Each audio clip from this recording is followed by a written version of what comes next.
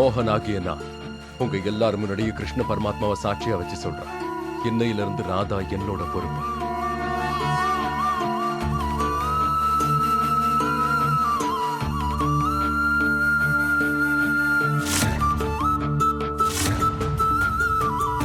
இவ மேல ஒரு சின்ன கீறல் கூட விழாம பார்த்துப்ப. இவ கண்ணுல கண்ணீர் வர விட மாட்டான்.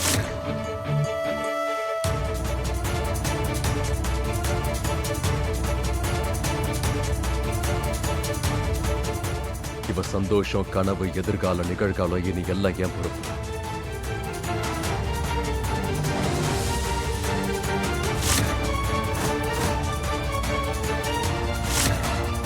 என் கடைசி மூச்சு வரைக்கும் இந்த பொறுப்பை நான் ஒழுங்கா செய்வேன்.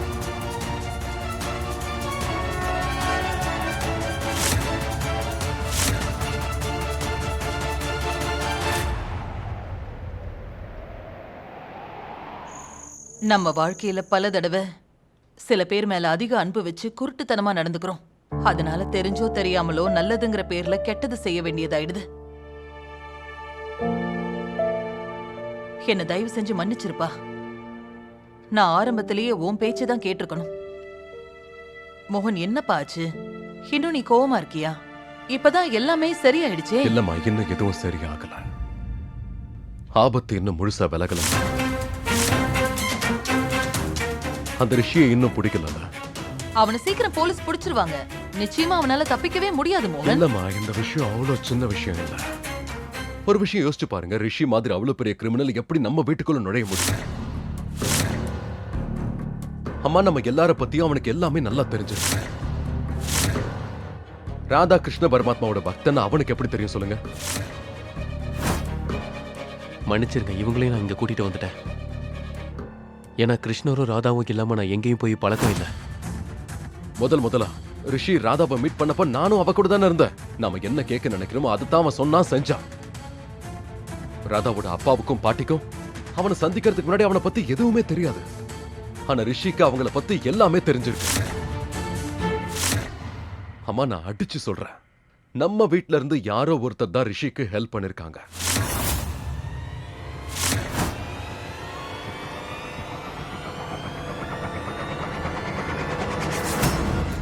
அவங்க ராதாவோட வாழ்க்கையை அழிக்கணும்னு நினைக்கிறாங்க. அதனால் ரிஷியால எந்த அளவுக்கு ஆபத்து இருக்கோ அதே ஆபத்து அவங்களாலையும் இருக்கு. முதல்ல நம்ம வீட்டுல இருக்கிற அந்த ஆளு யாருன்னு நாம கண்டுபிடிக்கணும். ஏன், எதுக்காக இதெல்லாம் பண்றாங்கன்னு நாம தெரிஞ்சுக்கணும். ஏதாவது பிரச்சனை, ஏதாவது குறை இருக்க ராதாவுக்கு? எல்லாம் நல்லா இருக்குல்ல? அழகு, ஆரோக்கியம், அறிவு எல்லாமே. வேலை செய்யறதுலயும் ஃபர்ஸ்ட் கிளாஸ். ராதா மாதிரி ஒரு பொண்ணை வச்சுக்கிட்டு எந்த மாப்பிள்ளை முன்னாடியே தலை குனிய வேண்டிய அவசியம் உங்களுக்கு இல்ல. ராதா மாதிரி பொண்ணுக்கு மாப்பிள்ள எல்லாம் லைன் கட்டி கியூல நிப்பானுங்க. அப்படிப்பட்ட பொண்ணு இவன்.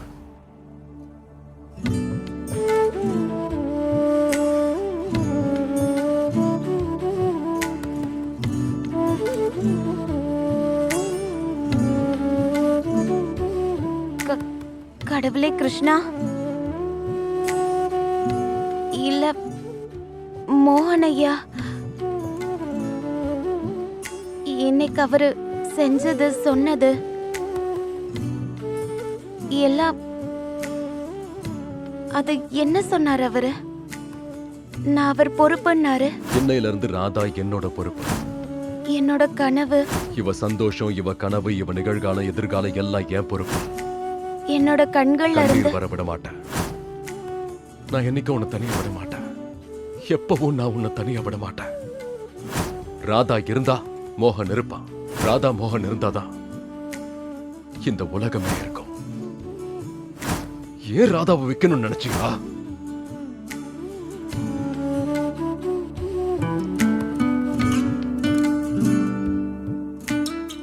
நல்ல வேலையா போச்சு. இன்னைக்கு மோகன் எல்லாத்தையும் சொல்லிட்டான். அப்படி இருந்தும் இன்னைக்கு என்ன நடந்ததுன்னு இவளுக்கு ஏன் புரியவே இல்லை? நீங்களாவது புரிய வைங்க.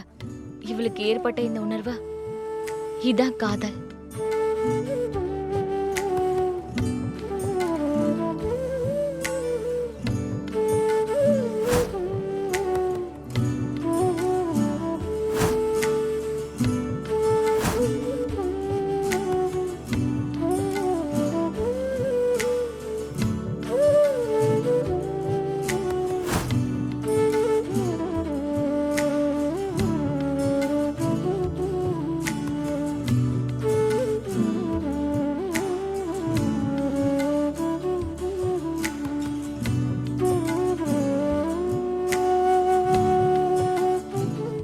ராதா, நீ சிரிக்கிறியா இல்ல அழுவுறியா?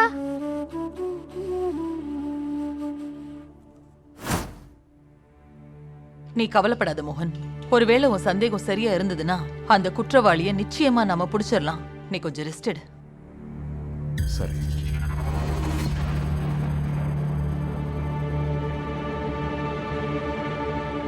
தாமினி,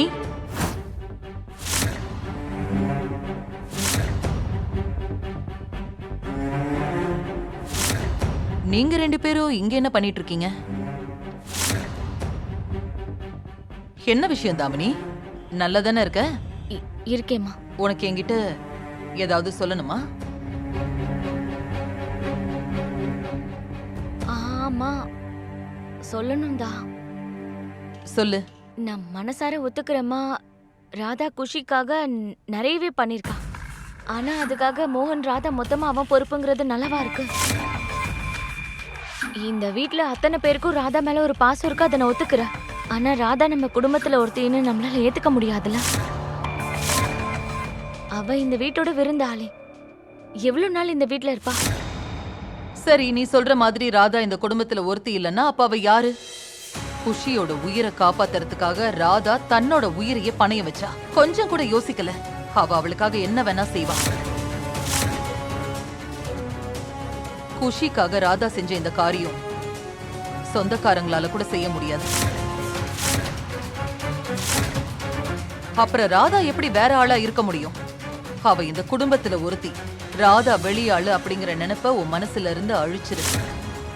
இந்த குடும்பத்தை பொறுத்த வரைக்கும் ராதாவை விட பெரிய சொந்தம் எங்களுக்கு யாருமே இல்ல. இங்க பாரு காதம்பரி, நான் உன்னை விட பெரியவ. உனக்கு புரியுற மாதிரியே சொல்றேன். நான் ஒத்துக்கிறேன், குஷிக்காக ராதா செஞ்ச இந்த வேலைய இந்த வீட்ல வேற யாராலையும் செய்ய முடியாது.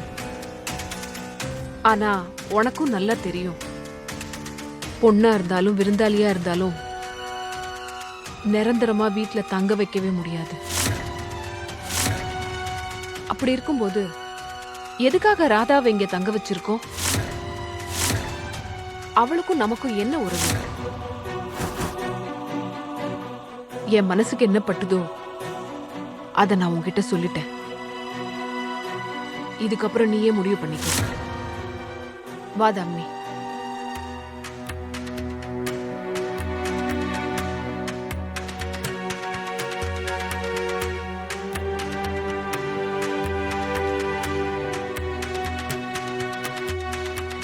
எதுக்காக ராதாவை இங்க தங்க வச்சிருக்கோம்? அவளுக்கும் நமக்கும் என்ன உறவு? எங்க கிட்ட ஒரு காரணம் இருக்கு. அதை வச்சு வாழ்நாள் முழுக்க அவளை இந்த வீட்லயே என்னால வச்சுக்க முடியும். ஆனா என் மனசுல இருக்கிற இந்த எண்ணம் சரியான எண்ணமா இல்ல தப்பான எண்ணமான்னு எனக்கு தெரியல. என்னாச்சு ராதா? என்கிட்ட சொல்லு. எனக்கு என்ன ஆச்சு? ஒன்னும் ஆகலையே. ஆனா நீ எதுக்கு அப்படி கேக்குற? ஏன்னா முதல்ல நீ சிரிச்சிட்டு இருந்த, அப்புறம் திடீர்னு அழுவுற, அதுக்கப்புறம் சிரிச்சுக்கிட்டே அழுவ ஆரம்பிச்சிட்ட. நீ ஹாப்பியா ஃபீல் பண்றியா இல்ல சேடா ஃபீல் பண்றியா? ராதா ஹாப்பியோ சேடோ இல்ல, லவ் ஃபீல் பண்றா. உண்மையிலேயே நான் ரொம்ப சந்தோஷமா இருக்கேன் குஷி. ஏன்னா நீ நல்லா இருக்க, அதான். நீ சேடா தானே ஃபீல் பண்ற? ஏன்னா உனக்கு கல்யாணம் ஆகலையே. இல்ல குஷி, நானே தானே கல்யாணம் வேண்டான்னு சொன்னேன். மறந்துட்டியா நீ? ஓஹா, உனக்கு ரிஷிய கல்யாணம் பண்ணிக்க பிடிக்கலனா யார கல்யாணம் பண்ண பிடிச்சிருக்கு?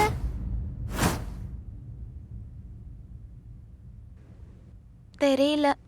உனக்கு எப்படிப்பட்ட பையன் வேணும் நான் சொல்லட்டுமா? எப்படி?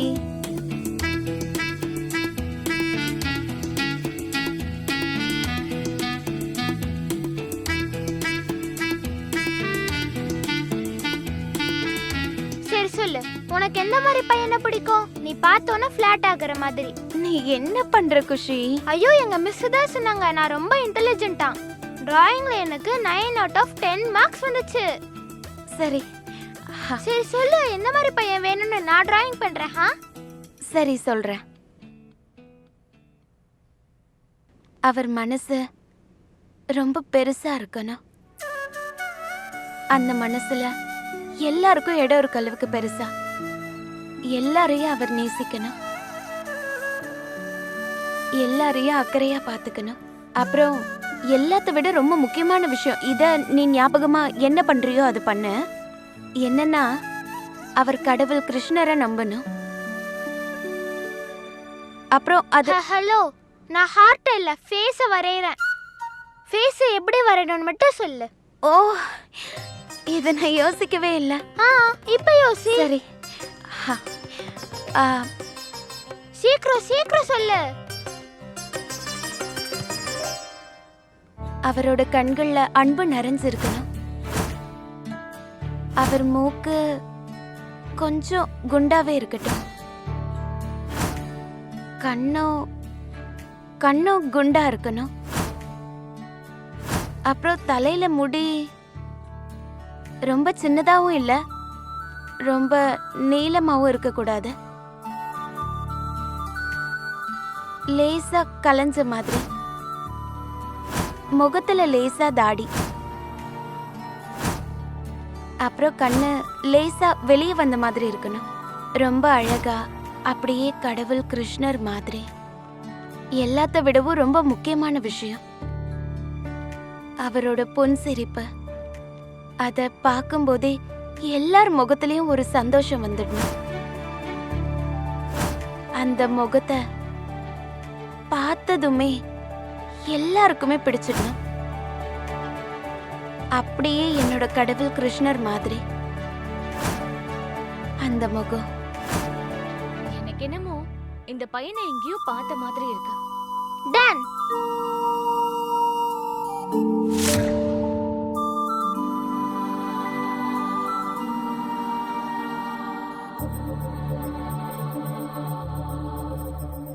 எல்லாருக்குமே பிடிச்சிடணும்.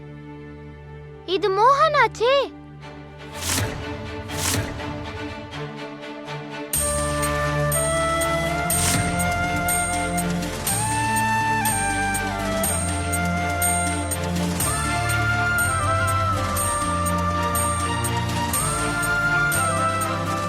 உனக்கு மோகனை கல்யாணம் பண்ணிக்கணுமா? எந்திரி குஷி, நீ தூங்குறதுக்கு நேரம் ஆயிடுச்சு. படுத்து தூங்கு, சரியா? எனக்கு தூக்கம் வரவே இல்ல. வா குஷி, விளையாட்டு நேரம்லாம் முடிஞ்சு போச்சு. அடம் பிடிக்காத, உனக்கு இன்னும் உடம்பு சரியாகலல்ல. வா, நீ இப்ப படுத்து தூங்கு. உனக்கு உடம்பு சரியானதும் நாம விளையாடலாம். எனக்கு தூக்கம்லாம் வரல. இல்ல குஷி, நீ இப்ப தூங்கணும். வா.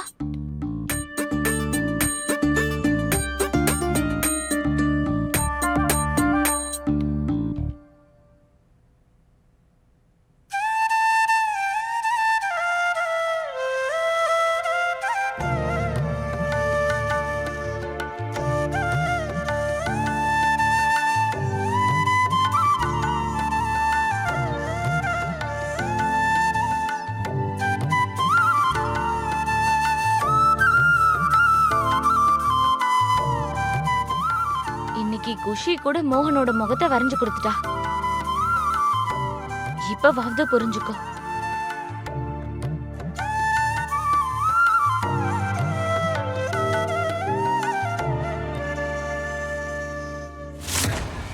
இன்னைக்கு என்கிட்ட இருந்து உன்னை யாரும் காப்பாற்ற முடியாது. நீ என்கிட்ட இருந்து ஓடி போகலாம், ஆனா தப்பிக்க முடியாது. உன்னை இங்க கொல்றதா நல்லதுன்னு நினைக்கிறேன்.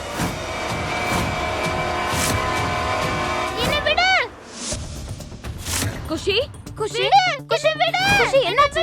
குஷி, குஷி பயப்படாத. ராதா உன் கூட தான் இருக்கா.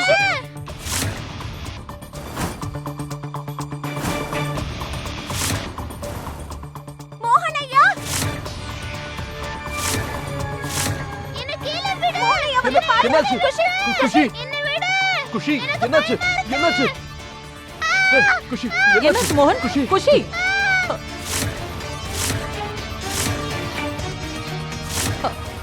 குஷி என்னாச்சு? குஷி, குஷி,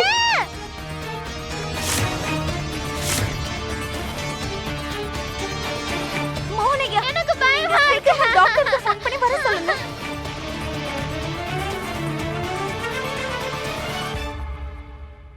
ஹலோ டாக்டர், குஷியோட நிலைமை ரொம்ப மோசமாயிடுச்சு. கொஞ்சம் சீக்கிரமா வீட்டுக்கு வாங்க ப்ளீஸ்.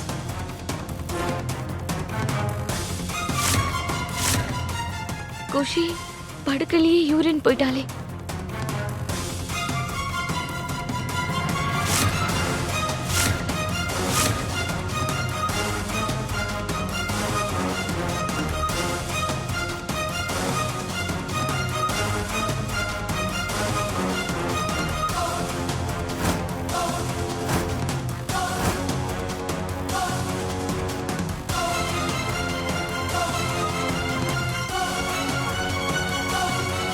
டாக்டர் சார், கொஞ்சம் இங்க பாருங்க.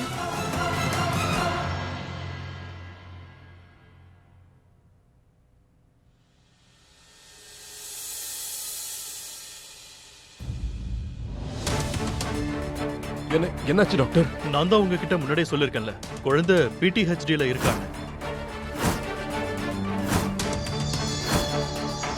இப்பதானே பெரிய விபத்துல இருந்து தப்பிச்சிருக்காங்க. சோ உள்ளுக்குள்ள அந்த பயம் இருந்துகிட்டு இருக்கும். பகல் நேரத்துல நல்லா இருப்பா, ஆனா ராத்திரியில இவ கண்ணை மூடும் போது அந்த சம்பவம் அப்படியே இவ கண்ணு முன்னாடி வந்துடும்.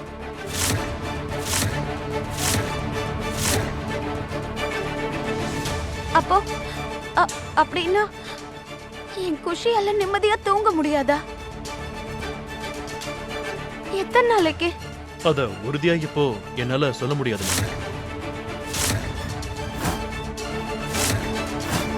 டாக்டர், இன்னும் எத்தனை நாளைக்கு இப்படி? ஏதாவது சொல்யூஷன் இருக்கணும்ல? டாக்டர், நாம ஏதாவது ஸ்லீப்பிங் இன்ஜெக்ஷன் மாதிரி கொடுக்கலாமா?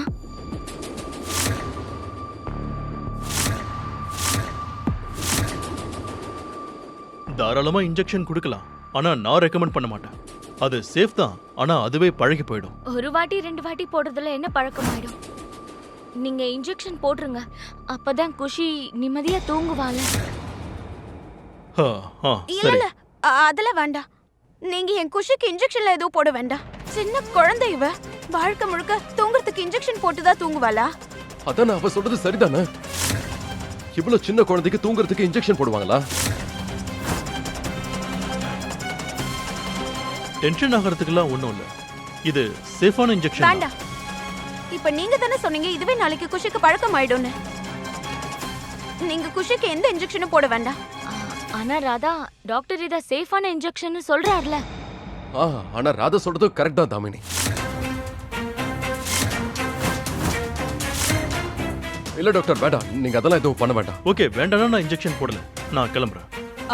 மாப்ள மோகன், இதுக்கு ஏதாவது ஒரு வழியை நாம கண்டுபிடிச்சே ஆகணும்.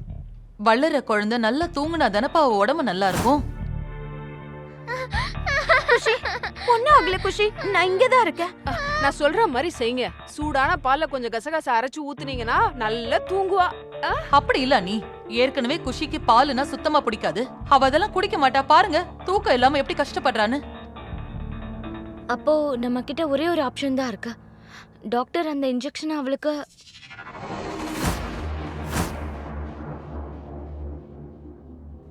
இல்ல, இதுக்கு இன்னொரு வழியும் இருக்கு. அதுல குஷியோட மனசு அமைதியாயிடும், நிம்மதியாவும் தூங்குவா. என்ன? துளசி அம்மாவுக்கு தூக்கம் வராதப்போ நீங்க அவங்களுக்காக புல்லாங்குழல் வாசிப்பீங்கல்ல,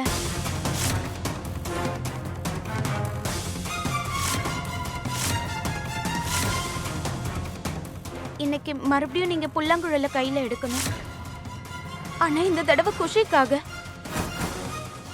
எனக்கு முழு நம்பிக்கை இருக்கு. துளசி அம்மாக்கு எவ்வளவு நிம்மதி கிடைச்சதோ அதே நிம்மதி குஷிக்கும் கிடைக்கும்.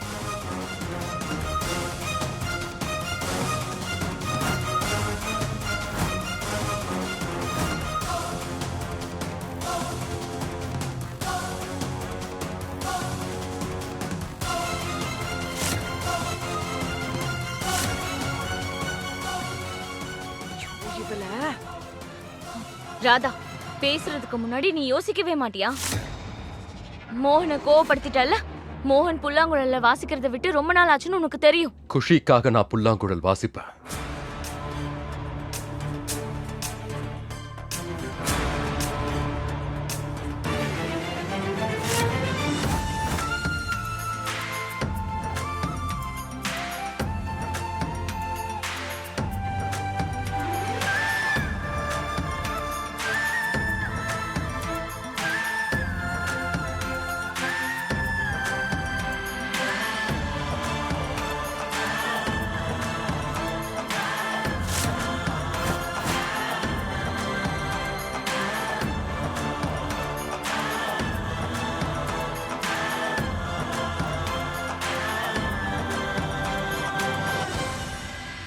இதை நான் என் கையாலேயே செஞ்ச மோகனையா.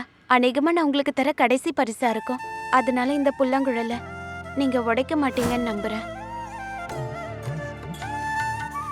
மோகனையா என்னோட பரிசை பத்திரமா வச்சிருக்காரு. புல்லாங்குழல அவர் உடைக்கல.